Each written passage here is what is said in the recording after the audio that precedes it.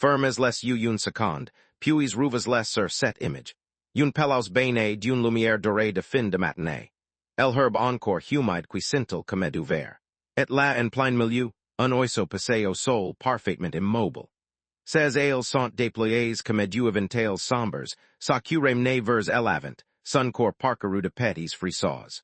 Sur son douze, sur ces ailes, jusque dans le duvet soyeux de son cou, des dizaines de minuscules points noirs s'agitent. Des fourmis. Des dizaines de fourmis qui grimpent partout sur ces plumes lustrées. On dirait qu'il est en plein cries, qu'il souffre, qu'il a perdu la tête. Sauf que non. Cet oiseau fait exactement ce qu'il a décidé de faire. Il a choisi cet endroit. Il a choisi ces fourmis. Et la raison derrière ce comportement, étrange est bien plus surprenant. Que tout ce que vous pourriez imaginer. La plupart des gens, ils tombent sur cette scène dans leur jardin, penseraient que l'oiseau est blessé ou en train de mourir. Certains esqueraient même de la chasse de cette fourmilière grouillante. Mais si serait une grosse erreur.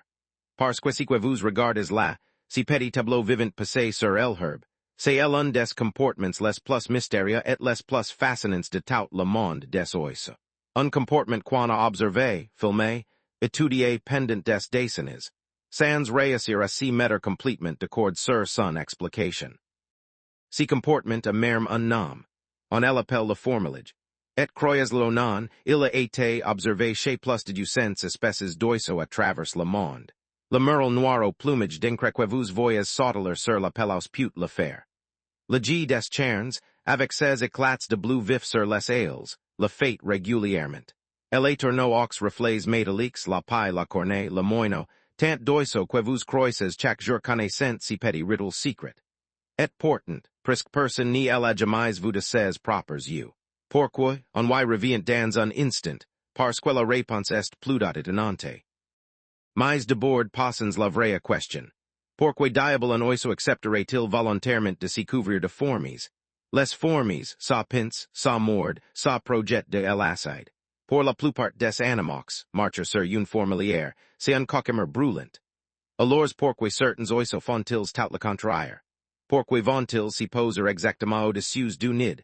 Écarter les ailes au maximum, et inviter les fourmis à monter sur eux comme on s'allonge dans un bain.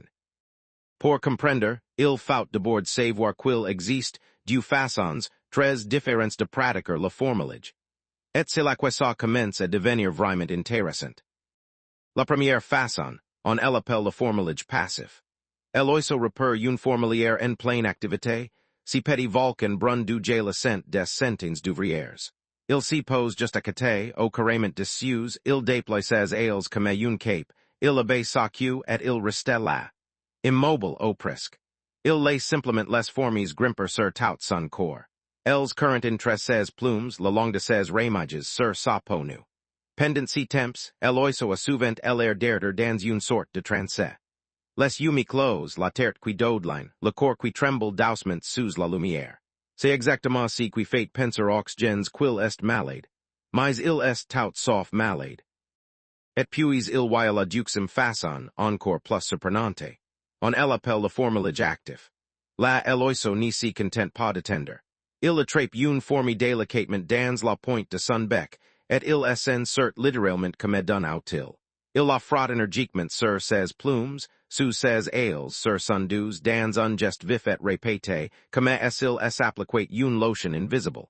Une fourmi après l'autre. Parfois pendant de longues minutes. Vous rendez compte. L'oiseau utilise un insecte vivant comme un pinceau, comme une petite éponge parfumée. Et ça, franchement, c'est le genre de chose qu'on aurait du mal à croire si ça n'avait pas été filmé des centaines de fois. Alors là vous demandez sûrement, mais qu'est-ce qu'il y a sur ces fourmis qui peut bien intéresser un oiseau à ce point? Et c'est exactement la bonne question. Parce que tout le secret est là. La plupart des fourmis que les oiseaux choisissent pour si riddle ont une particularité bien précise. Quand elles s'y sentent menacées, elles projettent un liquide pour s'y défendre, une fine pulvérisation invisible. Si liquide c'est de l'acide formique, une substance puissante piquante à l'odeur acre qui pique le nez. Pour une petite fourmi c'est son arme principale. Mais pour l'oiseau, cet aside est exactement si qu'il est venu chercher. Il agace même la fourmi expres, pour quel liber son aside sur ses plumes. Et voilà où tout est clair. Parce que cet aside formique, il a un effet remarquable. Il aide à si débrasser des petits ennemis invisibles qui vivent dans le plumage du oiseau. Si que beaucoup de gens ignorant, c'est que les plumes d'un oiseau, si en est pas joli et confortable. C'est aussi un véritable petit monde grouillant de vie. Sur la peau et entre les plumes vivent toutes sortes de minuscules parasites. Des poux des plumes, des acariens, des microbes, parfois de petits champignons. Ils grignotent les plumes par l'intérieur, irritant la peau, et peuvent vraiment fragiliser l'oiseau sur le long terme. Pour un animal qui dépend entièrement de ses plumes pour voler, pour avoir chaud et rester en bonne santé, c'est un problème sérieux. Et c'est la que l'acide formique entre en scène. Ainsi répandant sur le plumage, il aide à repousser et à éliminer une partie de ces parasites. Il gagne aussi les bactéries et les champignons. Autrement dit, l'oiseau utilise les fourmis comme une sorte de traitement natural. Un nettoyage en profondeur, entièrement gratuit livré directement par la nature au cours d'une matinée d'été. C'est plutôt génial, non? Mais attendez, parce que ça devient encore plus fascinant. Les oiseaux n'y prennent pas n'importe quelle fourmi pour si riddle. Ils font le try. Beaucoup d'entre eux évitent soigneusement les fourmis qui piquent vraiment fort, et préfèrent celles qui projettent de l'acide sans causer de vraies blessures. Et certains oiseaux ont une astuce encore plus maligne. Avant d'appliquer la fourmi sur leurs plumes, ils la mordent ou la secouent un peu, just as pour quel liber son aside, mais sans quel puisse les mordre en retour. C'est un vrai petit savoir-faire. Et suppose une question vertigineuse, comment un oiseau peut-il bien savoir tout ça? La plupart des gens pensent que ce genre de comportement compliqué doit forcément s'apprendre, en observant les parents ou les autres oiseaux. Mais si en est pas si simple. On a remarqué que même de jeunes oiseaux.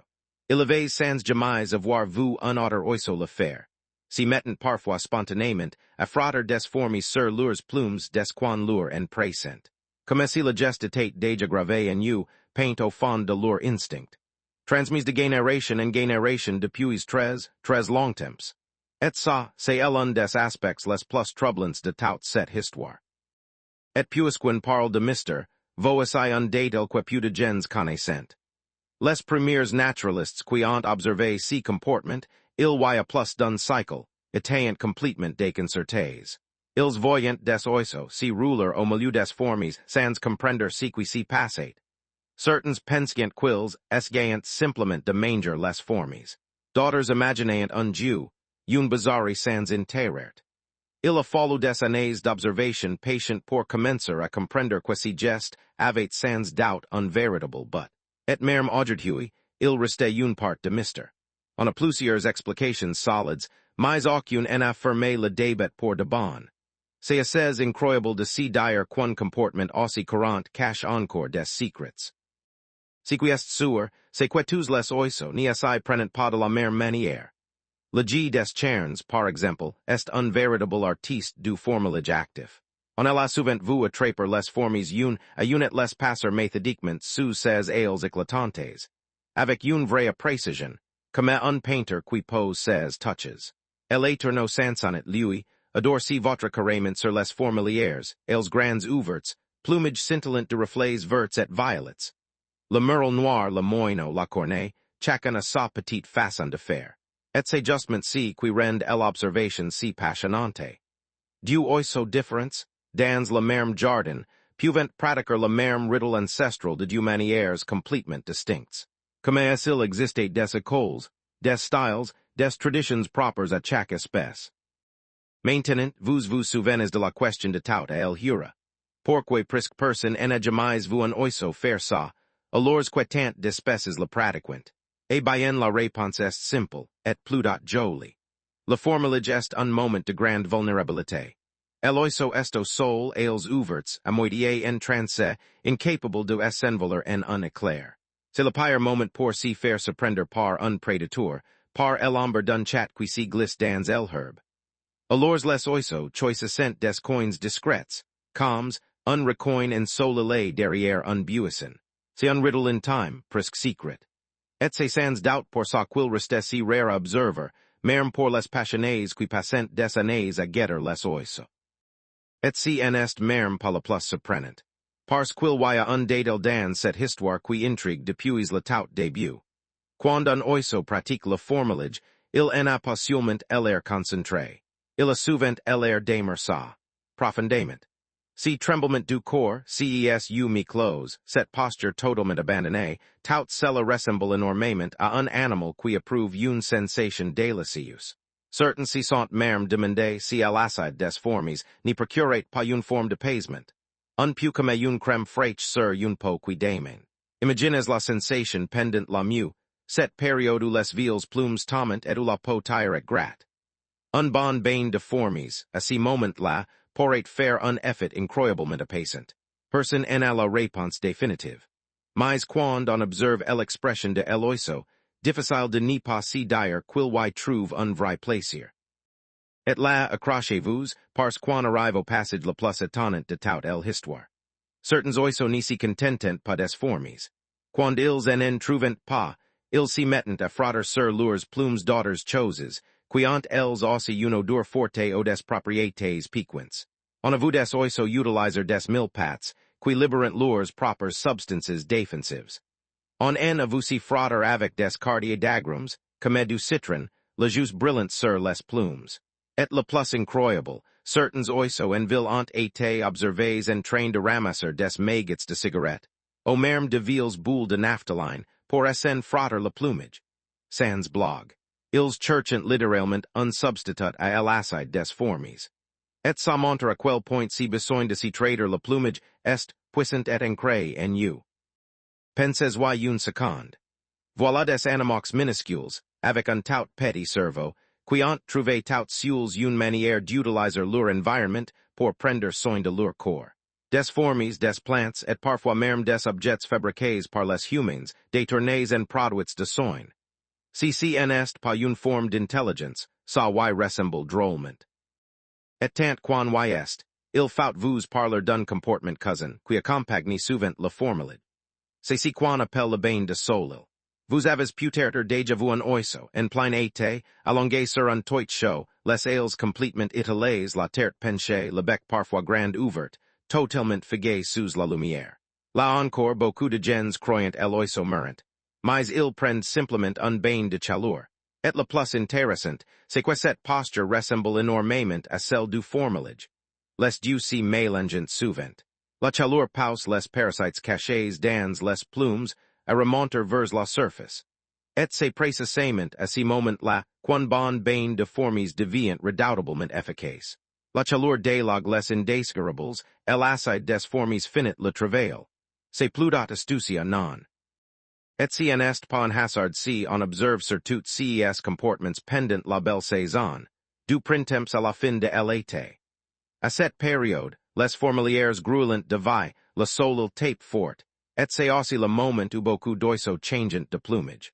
Les vieilles plumes tombent, les nouvelles poussent, la peau devient plus sensible, et les parasites en profitent.